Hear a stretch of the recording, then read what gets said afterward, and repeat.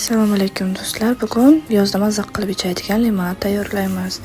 Birinchi navbat muz tayyorlab olamiz. Uni ichiga limonlarni kesib, ustiga suv solib muzlatgichga qo'yamiz. Ikkita limonni olib, shunday tarzda to'g'rab, ularni yaxshilab siqish kerak shakar bilan birgalikda.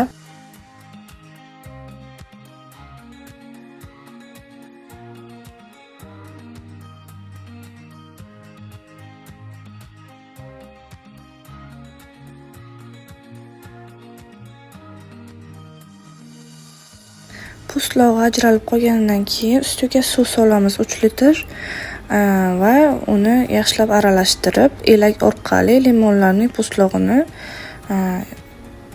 limonadning ichidan ajratib olamiz. Greypfrutni ham yarmini kesib olib, ichiga siqamiz. Limonning achchiq ta'mini yo'qotadi, o'zgacha ta'm beradi.